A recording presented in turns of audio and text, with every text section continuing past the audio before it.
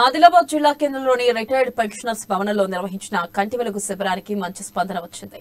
ప్రభుత్వం ప్రతిష్టాత్మకంగా చేపడుతున్న రెండో విడత కంటి వెలుగు శిబిరాన్ని పెన్షనర్స్ అసోసియేషన్ కోరిక మేరకు వైద్యారోగ్య శాఖ సిబ్బంది సంఘ భవనంలో ఏర్పాటు చేశారు. ఈ సందర్భంగా పెన్షనర్స్ తో పాటు వారి కుటుంబ సభ్యులకు వైద్య సిబ్బంది కంటి పరీక్షలు నిర్వహించారు.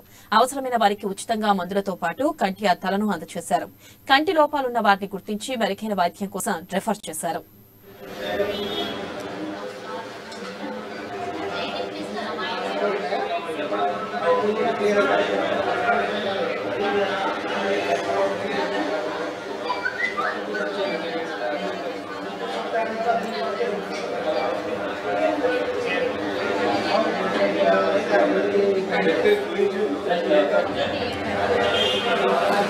ప్రభుత్వము అంటే రాష్ట్ర ప్రభుత్వం యొక్క కార్యక్రమము అయినటువంటి కంటి వెలుగు కార్యక్రమంలో భాగంగా మరియు డిఎంఏహెచ్ఓ గారిని మేము రిక్వెస్ట్ చేయడం వలన మా పెన్షనర్ భవన్లో ఈరోజు కంటి వెలుగు కార్యక్రమాన్ని ఇక్కడ ఏర్పాటు చేయడం జరిగింది.